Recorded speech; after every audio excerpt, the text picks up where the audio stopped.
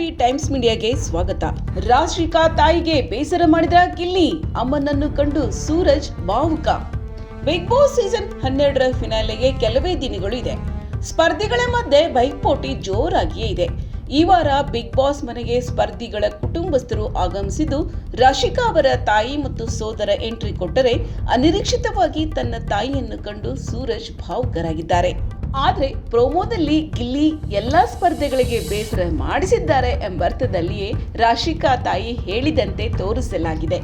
ರಾಶಿಕಾ ಸೋದರ ಹೆಲ್ಮೆಟ್ ಧರಿಸಿಕೊಂಡು ಮನೆಯೊಳಗೆ ಬಂದಿದ್ದಾರೆ.